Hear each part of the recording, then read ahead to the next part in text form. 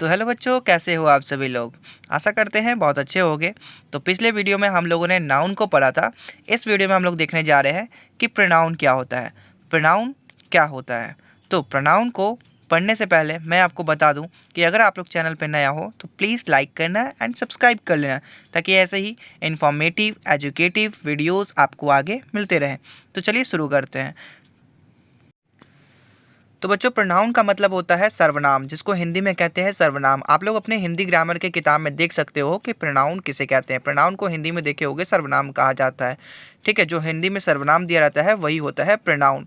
तो प्रोनाउन का यूजेस क्यों है, आखिर हम लोग को क्यों पढ़ना पड़ता है प्रोनाउन, और इसका क्या काम रहता है इंग्लिश ग्रामर में, वो चीज़ों को हम लोग देखते हैं।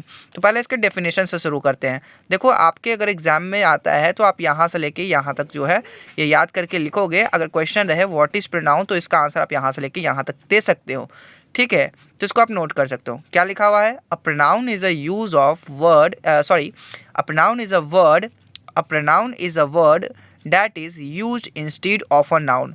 अब इसका मतलब क्या हुआ, यानी अगर हम आपको हिंदी में समझाएं कि प्रोनाउन किसे कहते हैं, तो प्रोनाउन का मतलब होता है ऐसा कुछ जो नाउन के जगह पे इस्तेमाल किया जा सके।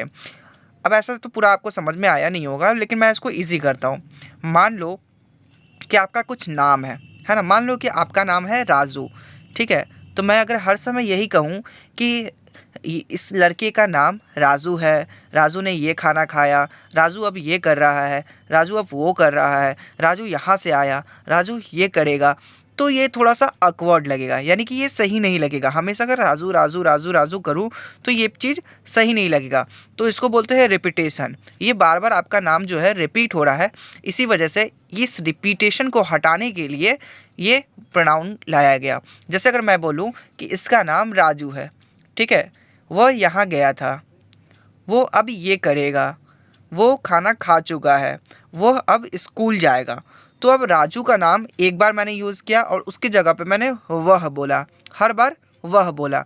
तो वह, यह, ये, वो, इसीलिए प्रोनाउन का यूज़ किया जाता है, ताकि खराब ना लगे सेंटेंसेस और अच्छा लगे। जैसे मैं लिखा हूँ, a pronoun is a word A pronoun is a word that is used instead of a noun. It helps us avoid repeating the same noun again and again. यानी एक ही नाउन को, एक ही नाम को बार बार यूज़ करने से अच्छा है उसके जगह पे एक बार नाम लिया जाए एंड उसके बाद वह, यह, यानी इंग्लिश में बोले तो ही, सी, इट, यहाँ पे लिखा हुआ है he, she, it, they, we, you, me, ETC का यूज़ किया जाए। ईटीसी का मतलब होता है एक्सेट्रा, यानी कि इसी के जैसे और भी शब्द, और भी वर्ड। ही है, सी है, इट है, दे है, वी, यू, मी, इन सभी वर्ड का यूज़ जब हम लोग करते हैं तो वो प्रोनाउन कहलाता है। प्रोनाउन में क्या आ गया? ही आ गया, सी आ गया, इट आ गया, दे आ गया, वी, यू, मी, और इसी के जैसा वर्ड ईटीसी, है ना। अब यहाँ पे एग्जाम्पल से समझते हैं। Rahul is my friend, Rahul is very kind. ठीक है, ये थोड़ा सा ऑकवर्ड लगेगा, यानी कि राहुल मेरा दोस्त है, राहुल बहुत दयालु है। ठीक है, लेकिन इसी के जगह पे हम लोग कैसे लिखते हैं? तो Rahul is my friend and he is very kind person, है ना। यानी कि ये सही हुआ।